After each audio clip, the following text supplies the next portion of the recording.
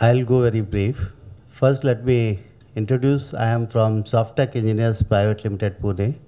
Softtech is into building software applications, especially for the municipal corporations in automations to building permission.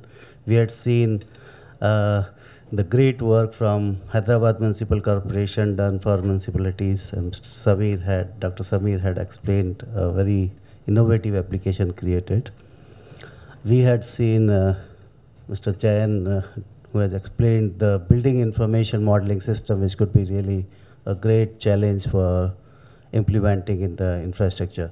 My point of taking here was like say internal automation for municipalities, which is what I thought as a theme. What are the implementation challenges which the government may have in terms of implementation of e-governance? So actually this is based on our first-hand experience in implementing our applications to the 30 municipalities in the country. Before I go into the implementation challenges, just in brief, maybe I'll take into the real reforms which are being said by the central government with the mission Chain and URM, which is well known to everybody of us. So very quickly, if I go to the mission expectations, expectation is improving the first is improving the efficiency and effectiveness in terms of interactions with the stakeholders, the government, citizen, and the stakeholders.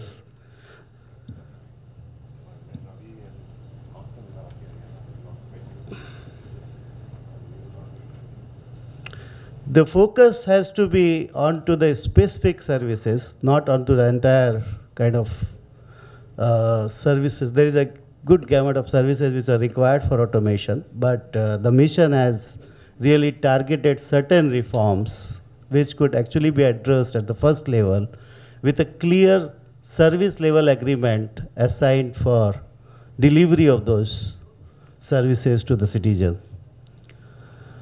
The quality has to be improved for the internal local government operations to support and stimulate good governance. We need to bring transparency and accountability for really, which is actually a kind of major purpose as far as e-governance is concerned for the local bodies. And definitely the purpose is to help improve delivery to the citizens. So with these expectations, I would like to kind of highlight onto what are the challenges we had been facing and we have tried to address them. The first is the coordination among multiple departments. If you look at the municipalities, like municipalities are working on various departments. The building permission department gives the building permission. The building permission information should go to the property tax department. The building permission needs NOC from fire department. And there is actually, as far as works are concerned, like there has to be a kind of NOC from drainage department and water supply departments. So the data, which actually is one of the major kind of initiatives, is like so data between different departments are not really so uniquely available, and there is a gap between communication among the departments. The transparency, we thought of transparencies, but actually when we talk about the building permission department, especially we had a lot of challenge in terms of whether really the stakeholders or even government officers or the stakeholders also are wanting transparency to be brought in. So actually the higher authorities would always like to have the MIS reports, but if the data is not really properly available, the system created MIS reports may not really be fulfilling the purpose of higher authorities, or citizens are not getting what is really required.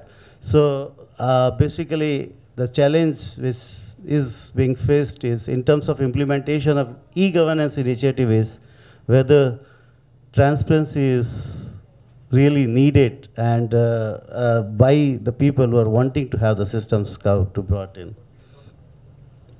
There is accountability which is questioned, like say, like we are definitely talking about financial accountability, but then responsiveness and efficiency of delivering certain things at time, whether really there are sufficient GRs also where the alerts when created by the systems, are they really taken seriously?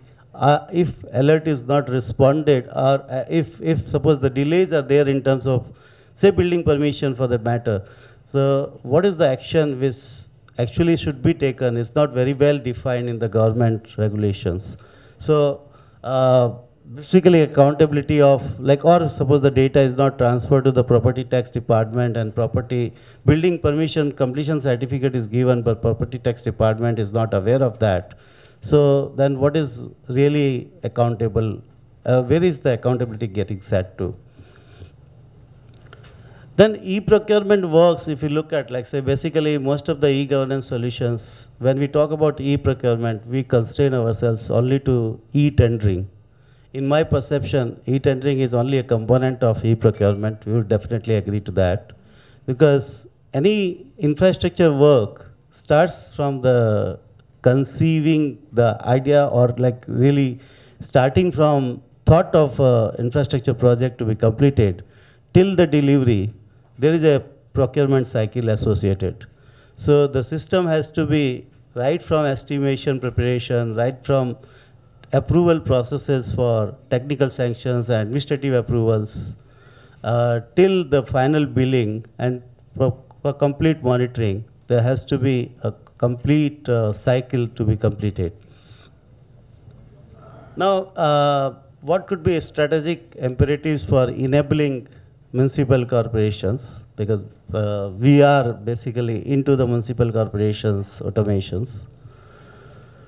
First is, of course, no system actually can work unless there is a leadership which needs to get the system brought in order. So leadership, of course, the leadership has to think of first command and control. There has to be authority to the leadership. But besides that, the leadership has to take the kind of collective actions in terms of taking the stakeholders in confidence, understanding their real issues, understanding even vendors' issues in terms of what could be achieved, what could not be achieved, and what is achieved, is it really significant enough? There could be strategies in terms of top-down versus bottoms-up. So yes, both are definitely required. We have to have a top-down approach in terms of really bringing the thoughts into actions, and the bottoms up are really like the people from below are to be brought into action when we are implementing any e-governance projects. So there has to be a mix of top-down, bottom-up approach in terms of like enabling municipal corporations. Process standardizations and re-engineering, we would say like there are, of course, processes which have been working for many years and they have not been thought of re-engineering, but at the same time there is a challenge in terms of standardization.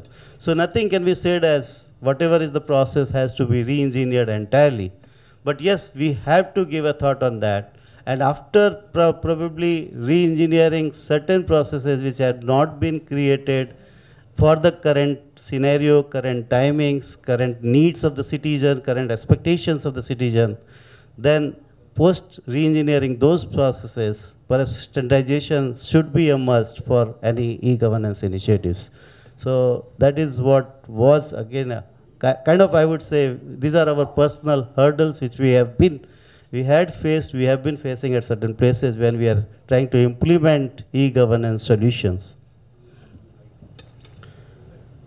The technology keeps getting innovated, keeps getting updated. So, but there are really very good solutions which are available. We cannot say that we can just not value them and move to the cloud technology immediately or move to the new technology coming up. So there has to be upgradation of technology, but with a very clear thought and with very clear ground level realities taken into consideration. Change management is one of the very, very important aspects. There has to be a technology push, but beyond that, there has to be a people pull. There has to be a mindset, there has to be a willpower to really ensure that we are really wanting to have this system. And this change management has to be like right from top till bottom in terms of thinking of like this initiative would really help, and there has to be like kind of strong willpower to be created among all the stakeholders for this any e-governance initiative to be successful. So when we talk especially about infrastructure projects where we, and especially for the municipal governance, there are aspects like there are gaps in terms of infrastructure, first conceptualization and final deliveries.